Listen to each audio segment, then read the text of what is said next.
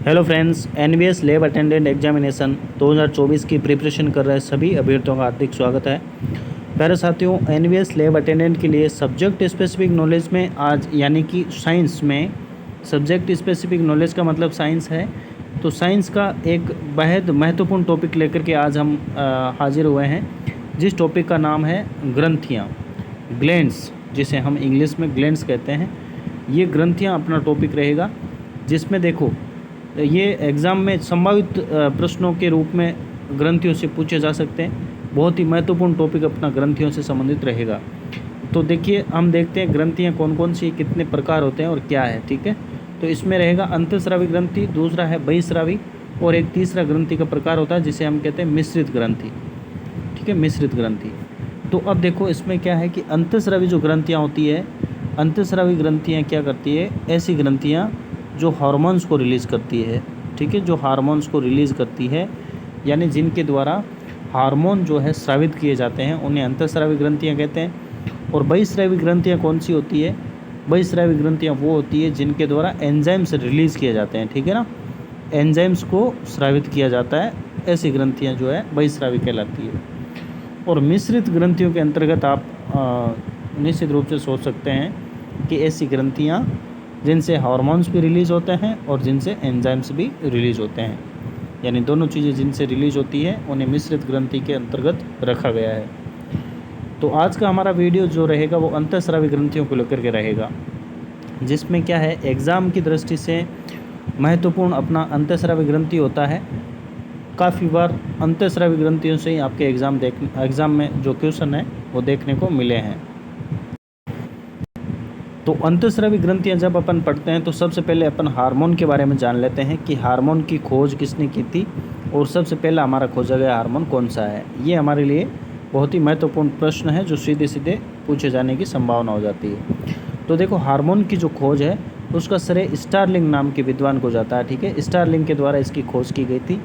और सबसे पहला खोजा गया जो हार्मोन है वो कौन सा है? सिक्रेटिन। बहुत बार एग्जाम में पूछा हुआ है, निश्चित रूप से आप इसको याद करें क्योंकि ये रिपीट होने की संभावना भी अधिक रहती है। इसमें सिक्रेटिन हार्मोन है जो सबसे पहला खोजा गया था। ठीक है, नेक्स्ट हम बात करते हैं, आज का जो अपना टॉपिक रहेगा, मुख्य टॉपिक रहेगा अंतःस्रावी ग्रंथियों के अंतर्गत ही आज का जो मुख्य बिंदु है, जो ग्लैंड है, जो ग्रंथि है, वो आपकी रहेगी पीयूष ग्रंथि। तो आज के वीडियो में पूरे में हम पीयूष ग्रंथि को कवर करेंगे। ठीक है, तो वीडियो में आप अंत तक ज़रूर बने रहिएगा। पीयूष ग्रंथि के बारे में अपन जानकारी लेते हैं। तो आइए, देखो सबसे बड़ी बात यह है इसकी कि पीयूष ग्रंथि जो है वो सबसे छोटी अंतःस्रावी ग्रंथि है। ये इसकी सबसे मोस्ट इम्पोर्टेंट बात है जो एग्ज़ाम में सीधे सीधे रूप में आपको देखने को मिल सकती है। सबसे छोटी अंतःस्रावी ग्रंथि किसे कहा जाता है? तो पीयूष ग्रंथि को कहा जाता है। अब देखो इसकी स्थिति अपन समझते हैं कि इसकी स्थिति कहाँ पर होती है, यानी कि ये कहाँ स्थित होती है। ये हमारा जो मस्तिष्क होता है, मस्तिष्क का अग्रभाग जो होता है ना, मस्तिष्क जो है, मस्तिष्क के अग्रभाग में एक आपकी स्फेनोइड हड्डी होती है। हड्डी का नाम क्या है? स्फेनोइड। स्फेनोइड नाम की एक हड्डी होती है। ये स्फेनोइड नाम की एक हड्डी है। इस जो स्फेनोइड हड्डी है इसमें एक गुहा होती है, गुहा, कैविटी जिसे कह सकते हैं। ये गुहा जो है इसका नाम होता है सेला टर्सिका। सेला टर्सिका, सेला टर्सिका नाम की एक गुहा होती है। इस गुहा में ये जो है पाई जाती है। कौन क्या पाई जाती है? पीयूष ग्रंथि जो है स्फेनोइड हड्डी की सेला टर्सिका नाम की गुहा है उसमें पाई जाती है। नेक्स्ट हम बात करते हैं इसका जो आकार होता है, इसका जो आकार होता है ना, वो आपका होता है मटर के दाने जैसा आकार। अगर देखा जाए तो इसका आकार किसके दाने जैसा होता है? मटर के दाने जैसा। मटर का दाना, मटर के दाने जैसा, मटर का जो दाना होता है ना उसके जैसा इसका आकार होता है। नेक्स्ट है, अपन ये देख सकते हैं कि इसका जो भार है, भार जो है 0.3 से अपन 0.4 ग्राम इसका भार मान सकते हैं। 0.3 से 0.4 ग्राम भार इसका होता है। ये पॉइंट आप याद ना भी रखें तो भी आपका चल जाएगा। नेक्स्ट अपन ले सकते हैं कि जैसे मान लो इसका जो है ये पीयूष ग्रंथि जो है इसे मास्टर ग्रंथि भी कहा जाता है। कौन सी ग्रंथि? मास्टर ग्रंथि। क्यों कहते हैं मास्टर ग्रंथि? मास्टर ग्रंथि इसलिए भी कहते हैं क्योंकि सभी जो ग्रंथियाँ होती है उन सभी ग्रंथियों का नियंत्रण मास्टर ग्रंथि यानी पीयूष ग्रंथि के द्वारा होता है। जो 8 ग्रंथियाँ हैं उनका नियंत्रण, सभी का नियंत्रण ये ग्रंथि करती है, तो इसलिए इसको मास्टर ग्रंथि भी कहा जाता है। तो ये इसके 4-5 इसके फैक्ट थे, पॉइंट थे, जिसको आपको सीधे रूप से याद करना है। नेक्स्ट है इसके द्वारा जो रिलीज़ किए जाने वाले हार्मोन्स होते हैं उनसे संबंधित निश्चित रूप से सवाल मिलता है। तो आइए हम जानते हैं कि पीयूष ग्रंथि द्वारा कौन कौन से हार्मोन जो है वो स्रावित किए जाते हैं।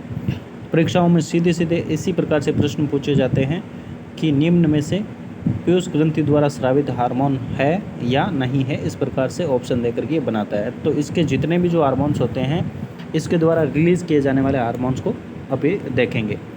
तो देखो, ये मान लेते हैं कि ये पीयूष ग्रंथि है, ठीक है, ये पीयूष ग्रंथि है और इसका जो है ये आपका अग्रभाग हो गया, ठीक है, अग्रभाग, ये तो हो गया अग्रभाग, और ये वाला जो हो गया ये पश्च भाग है। अग्रभाग और पश्च भाग 2 भाग हो गए। इस अग्रभाग को एडिनो हाइपोफाइसिस कहते हैं। ये जो अग्रभाग है इसको एडिनो हाइपोफाइसिस कहते हैं, और ये जो पश्च भाग है इसको न्यूरो हाइपोफाइसिस कह सकते हैं। न्यूरो हाइपोफाइसिस भी कह सकते हैं। ये नाम याद ना रहे, न्यूरो और एडिनो हाइपोफाइसिस, तो कोई दिक्कत नहीं है। अग्रभाग याद रखें, पश्च भाग याद रखें। तो देखो, अग्रभाग जो है यहाँ से आपके 7 हार्मोन जो है रिलीज़ किए जाते हैं। कितने हार्मोन? 7 हार्मोन यहाँ से रिलीज़ किए जाते हैं पीयूष ग्रंथि द्वारा। और जो पश्च भाग है इसके द्वारा आपके कितने हार्मोन रिलीज़ किए जाएंगे? 2 हार्मोन पश्च भाग की तरफ से रिलीज़ किए जाएंगे। अब ये 7 हार्मोन कौन से हैं और पश्च के 2 हार्मोन कौन कौन से हैं, इनसे संबंधित अपन जानकारी लेते हैं। आइए देखो, ये रहा। देखो प्यारे साथियों, अगर अभी तक आपने चैनल को सब्सक्राइब नहीं किए हैं और चैनल पर नए हैं तो चैनल को सब्सक्राइब ज़रूर करें, और पीयूष ग्रंथि की जो हार्मोन्स है इनको जानने से पहले वीडियो को आप लाइक कर दें और कमेंट करें कि आपको और किस प्रकार के वीडियो चाहिए, और इस वीडियो को ज़्यादा से ज़्यादा संख्या में आप शेयर करें, ठीक है, और सब्सक्राइब, इस चैनल को सब्सक्राइब ज़रूर करें प्यारे साथियों। आइए अब हम जानते हैं पीयूष ग्रंथि के हार्मोन्स के बारे में। ये रहे, देखिएगा, पीयूष ग्रंथि के द्वारा सबसे पहला जो हार्मोन है वो ग्रोथ हार्मोन रिलीज़ किया जाता है। कौन सा हार्मोन? ग्रोथ हार्मोन, जिसे हम क्या कहते हैं? वृद्धि हार्मोन, या जिसका दूसरा नाम है सोमेटोट्रोपिक हार्मोन। ग्रोथ हार्मोन का दूसरा नाम क्या है? सोमेटोट्रोपिक हार्मोन है। अब इस हार्मोन के बारे में थोड़ी सी जानकारी ये ले लेते हैं कि देखो, जो जैसे मान लो बचपन में, या यूँ कहें कि बाल्यावस्था में इस हार्मोन की अगर कमी जो हो जाती है, वृद्धि हार्मोन की अगर कमी हो जाएगी तो इससे व्यक्ति जो है बौना रह जाएगा। इसलिए एक रोग हो जाता है जिसे हम कहते हैं बौनापन। तो बौनापन रोग हो जाता है। और अगर इसकी वृद्धि अधिक हो जाती है, यानी ज़्यादा हो जाती है, अधिकता हो जाती है, जिससे एक रोग हो जाता है जिसे हम कहते हैं भीमकाय। ये रोग आप सिर्फ याद रखें। बाकी मेन इम्पोर्टेंट ये है कि इसके द्वारा रिलीज़ किए जाने वाला हार्मोन जो है पीयूष ग्रंथि का पहला हार्मोन है ग्रोथ हार्मोन। ये मैं एक्स्ट्रा आपको जानकारी बता रहा हूँ। नेक्स्ट है आपका LH हार्मोन, ठीक है। LH का मतलब क्या हुआ? ल्यूटिनाइजिंग हार्मोन, ठीक है। ल्यूटिनाइजिंग हार्मोन क्या होता है?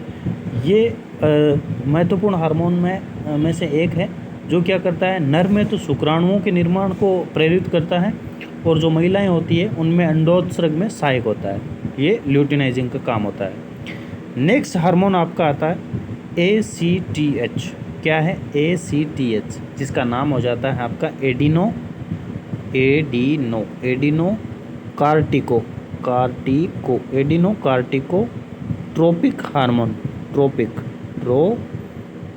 एडिनोकार्टिकोट्रोपिक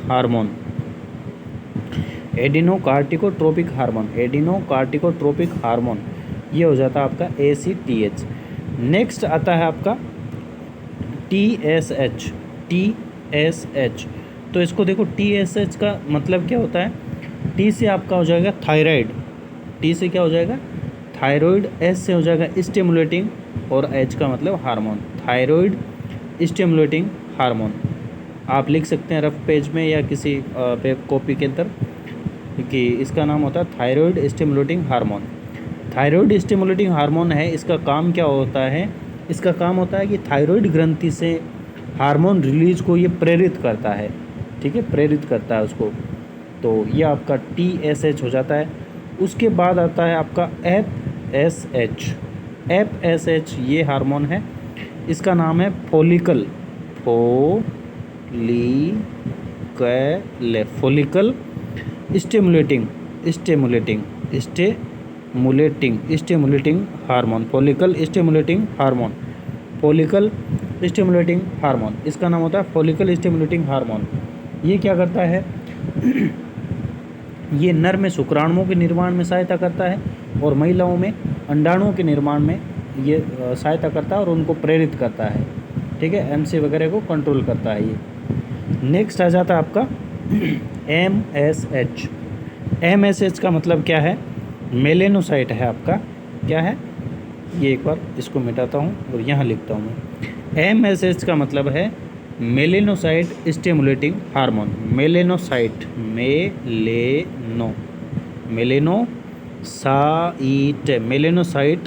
स्टिमुलेटिंग हार्मोन। एस का मतलब स्टिमुलेटिंग, एच का मतलब हार्मोन। नेक्स्ट आ जाता है आपका PH हार्मोन यानी कि प्रोलैक्टिन।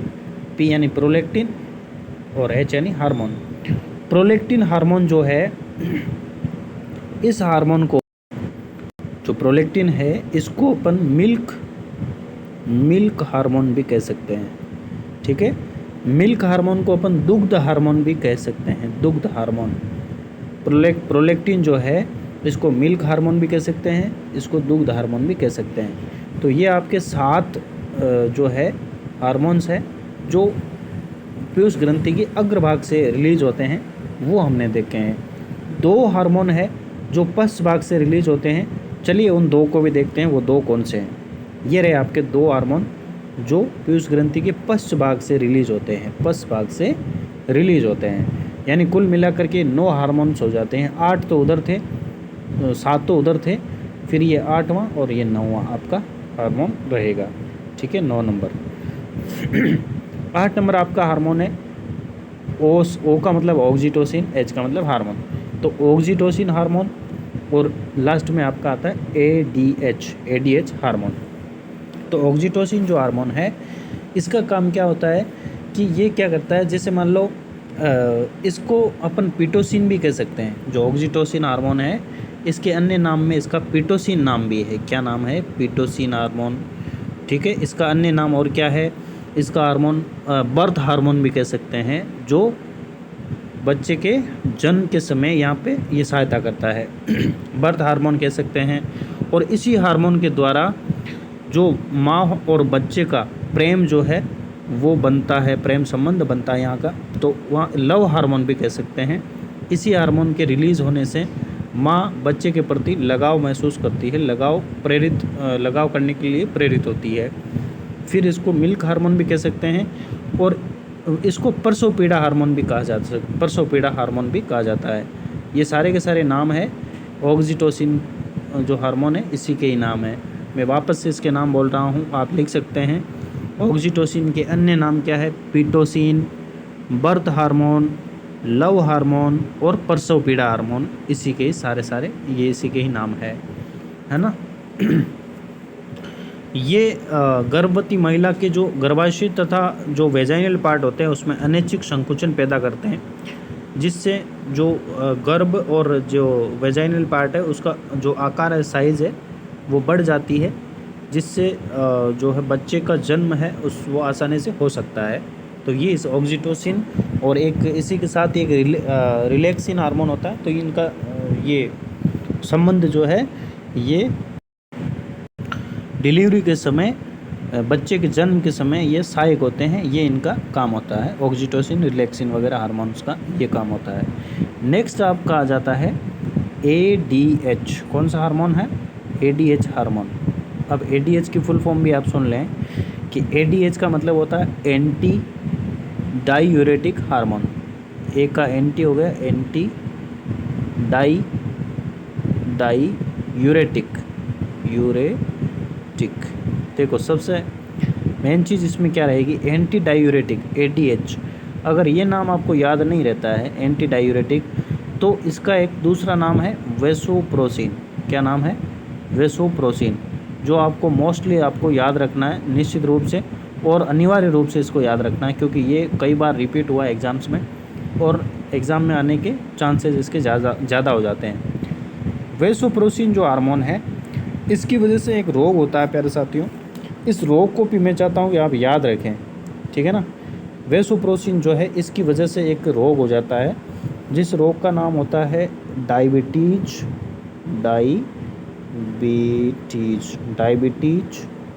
इंसिपिडस। अभी पूरा नाम नहीं हुआ है, डायबिटीज इंसिपिडस इंसिपिडस,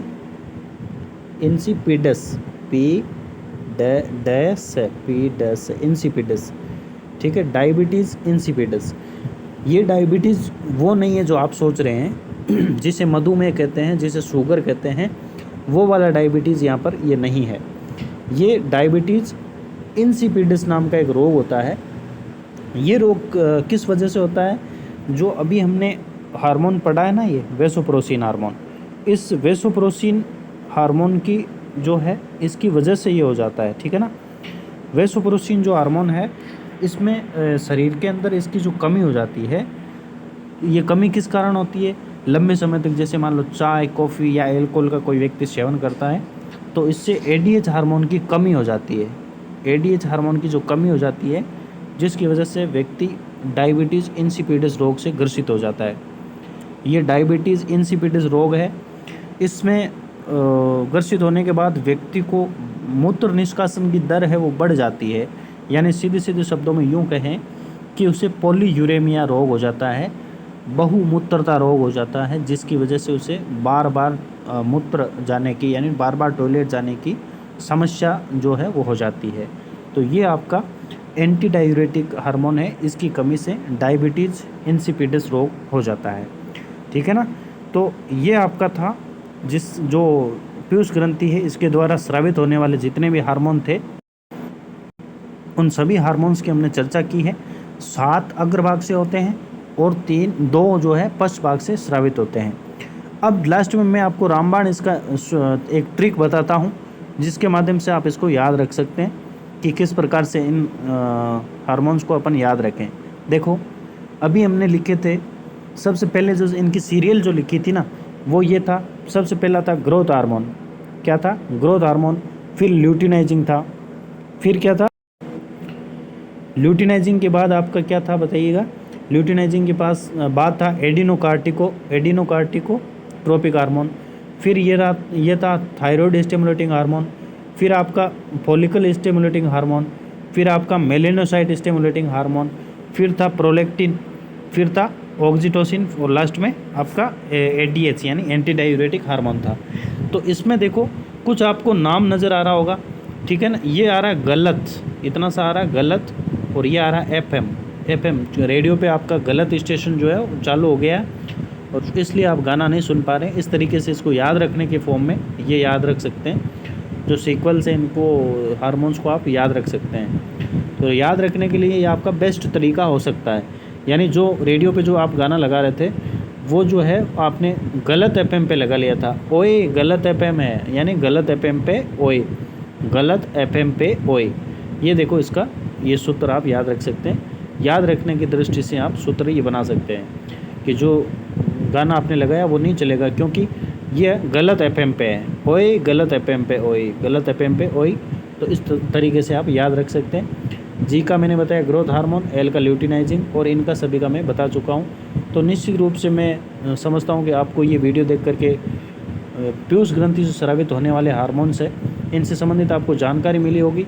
अब लास्ट में मैं एक आपका ये सवाल लेता हूँ जो आपके NVS लैब अटेंडेंट में आया था, उस सवाल को अब करते हैं। देखो, ये सवाल आपका एग्ज़ाम का सवाल है। अब इस सवाल पे आइए कि पिट्यूटरी ग्रंथि हार्मोन स्रावित करती है। सबसे पहला देखो, फॉलिकल स्टिमुलेटिंग, टेस्टोस्टेरोन, एस्ट्रोजन और मेलाटोनिन। तो देखो, अभी हमने पढ़ा था कौन सा? फॉलिकल स्टिमुलेटिंग हार्मोन, यानी FS और H। FSH के बारे में अभी हमने पढ़ा था, जो कि ये रहा आपका FSH। कहाँ पे रहा, ये रहा FSH, ये रहा FSH। तो इसका आंसर में निश्चित रूप से आपका ऑप्शन नंबर फर्स्ट जो है ये आपका सही हो जाएगा। प्यारे साथियों, वीडियो अच्छा लग रहा हो तो चैनल को आप सब्सक्राइब जरूर करें और वीडियो में अंत तक बने रहने के लिए आपका बहुत बहुत धन्यवाद। Thank you.